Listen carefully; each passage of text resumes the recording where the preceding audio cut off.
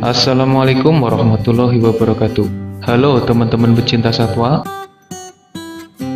Sebagian besar induk hewan pasti akan merawat dan melindungi anaknya. Mereka bahkan jadi sangat agresif ketika memiliki bayi. Ini adalah insting induk yang alamiah, di mana mereka akan mencurahkan segalanya demi sang buah hati. Meski ada pula beberapa induk yang malah menyakiti anaknya sendiri. Sebagian hewan meletakkan dan membesarkan anaknya di sebuah sarang yang aman dan nyaman. Tapi ada pula yang harus berpindah-pindah tempat dan mau tak mau harus membawa serta anaknya.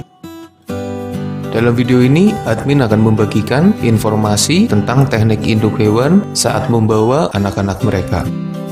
Tapi sebelum lanjut, jangan lupa subscribe channel Dunia Binatang Liar. Oposum. Oposum atau posum adalah hewan berkantung berukuran sedang. Ada banyak jenis oposum, tapi yang cukup dikenal adalah oposum Amerika. Penampilan fisiknya seperti tikus, dengan ukuran seperti kucing rumahan. Mereka adalah omnivora. Oposum memiliki kemampuan bertahan yang unik. Ketika mereka merasa terancam dan tidak bisa kabur, maka oposum akan pura-pura mati dan tidak bergerak untuk mengelabui musuhnya. Sayangnya, akting mereka kurang baik dan sepertinya hanya mengelabui diri sendiri. Oposum biasanya menaruh bayi-bayinya di dalam kantung. Tapi ketika anak-anaknya mulai besar, maka kantungnya sudah tidak muat lagi. Untuk membawa anak-anaknya ketika berpindah tempat, induk oposum membawa anak-anaknya di punggung. Induk oposum sangat kuat. Kadang mereka membawa belasan anaknya di atas tubuh dan membawanya dari satu tempat ke tempat lainnya. Anak-anak oposum berpegangan di atas tubuh induknya dengan erat agar tidak jatuh. Induk oposum yang membawa bayi di punggungnya mengingatkan admin dengan angkot yang overkapasitas waktu mengangkut penumpang, dan ya, mirip seperti oposum. Buaya. Dulunya buaya dikira memakan anaknya sendiri. Sebenarnya mereka sedang memindahkan anak-anaknya yang baru menetas. Induk buaya menaruh telur di sarang yang biasanya berada di tepi sungai. Setelah telur menetas, sang induk harus bergegas memindahkan anaknya ke dalam air. Pasalnya, jika tidak dipindahkan, maka anak-anak buaya akan terancam oleh serangan dari pemangsa di daratan. Induk buaya tidak bisa menggunakan kakinya untuk membawa bayi kecilnya yang masih lemah. Mereka melakukannya dengan mulut. Induk buaya memasukkan bayinya ke dalam mulut secara perlahan, lalu masuk ke dalam air dan menempatkan mereka di dekatnya. Teknik induk buaya dalam mengangkut anaknya menggunakan mulut adalah teknik yang unik. Mulut buaya dipenuhi gigi tajam. Mereka biasa menggunakan mulutnya untuk menggigit dan meremukkan makanan. Tapi mereka juga bisa menggunakannya dengan lembut untuk mengangkut anaknya tanpa melukai mereka. Kucing. Kita sering melihat induk singa tengah membawa bayi di mulutnya. Dengan sangat hati-hati, induk singa mengangkut bayinya dengan aman. Mereka agak mirip seperti para buaya. Bukan hanya singa, hampir semua keluarga kucing juga mengangkut bayinya dengan mulut. Bahkan keluarga anjing dan hyena juga melakukan teknik yang sama. Biasanya mereka memindahkan bayinya ketika berpindah tempat atau dalam keadaan yang membahayakan bayinya. Teknik memindahkan bayi dengan mulut merupakan sebuah keahlian yang hebat. Bayangkan jika sang induk tidak bisa mengatur kekuatan rahangnya saat memindahkan bayi. Bisa-bisa anaknya tergigit oleh induknya. Burung. Apakah burung membawa anaknya dengan paruh mereka seperti yang ada di film dan dongeng? Ternyata tidak. Burung tidak bisa memindahkan bayinya dengan paruh. Sebagian induk menaruh anaknya di sarang hingga mereka bisa terbang dan hidup mandiri. Tapi ada pula beberapa jenis burung yang membawa anaknya. Misalnya, angsa yang sering terlihat menggendong anaknya di punggung ketika menyeberangi perairan. Lalu ada burung jakana yang menaruh bayinya di dalam sayap. Sang induk menjepit anaknya dengan hati-hati dan membawanya secara perlahan. Jadi, burung yang membawa anaknya dengan paruh, atau bahkan terlihat membawa bayi manusia dengan gendongan di paruhnya, itu hanyalah sebuah mitos. Kera.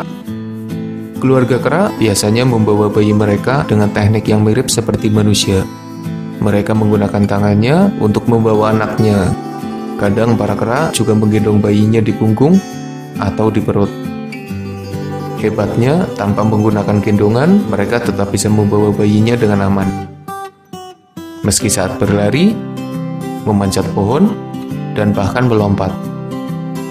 Para induk kera dan monyet juga memberikan perawatan pada anaknya dengan cara yang sangat mirip seperti manusia. Jadi memang tidak salah jika para ilmuwan mengatakan bahwa para kera memiliki kedekatan dengan manusia. Kanguru.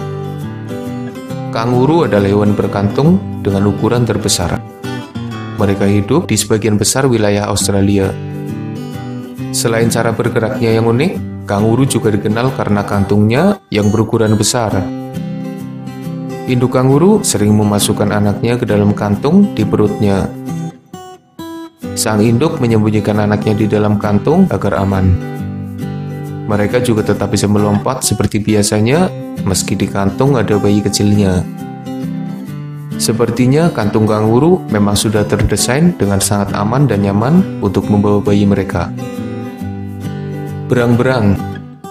Berang-berang atau otter merupakan salah satu hewan tersantui di dunia. Mereka sering terlihat tertidur di permukaan air, dengan posisi telentang, mengambang, dan tidur pulas.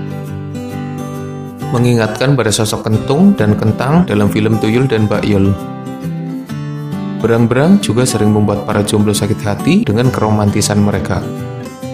Bergandengan tangan dengan kekasih hatinya, mengambang di permukaan air, dunia seakan milik mereka berdua.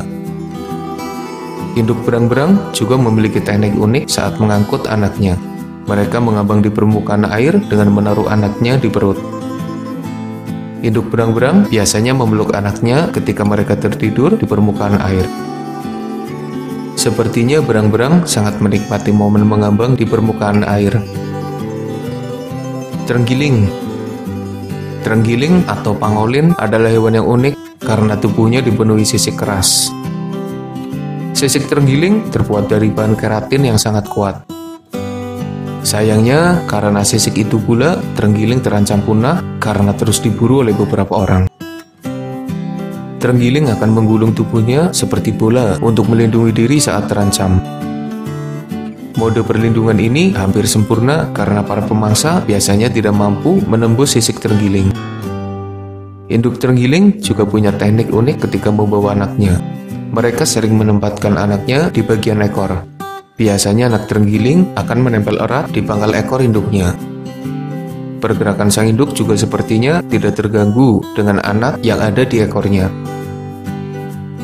Kalajengking. Kalajengking adalah hewan beracun yang memiliki penampilan fisik mengerikan. Mereka menjadi inspirasi dari beberapa karakter monster yang dibuat oleh para seniman.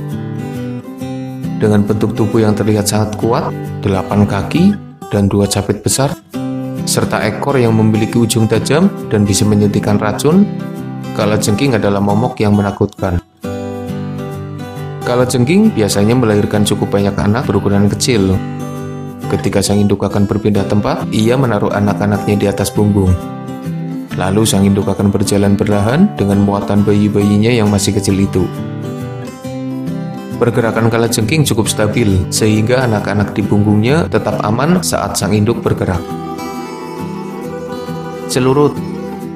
Hewan yang sangat mirip dengan tikus, tapi bukan bagian dari keluarga tikus. Celurut atau shrew adalah hewan pemakan serangga yang sering nongol di sekitar rumah kita. Suaranya sangat khas dengan bau yang menyengat. Induk celurut juga punya teknik unik saat mengangkut anak-anaknya. Kalau menurut admin, teknik celurut ini adalah teknik kereta. Sang induk menjadi lokomotif di depan.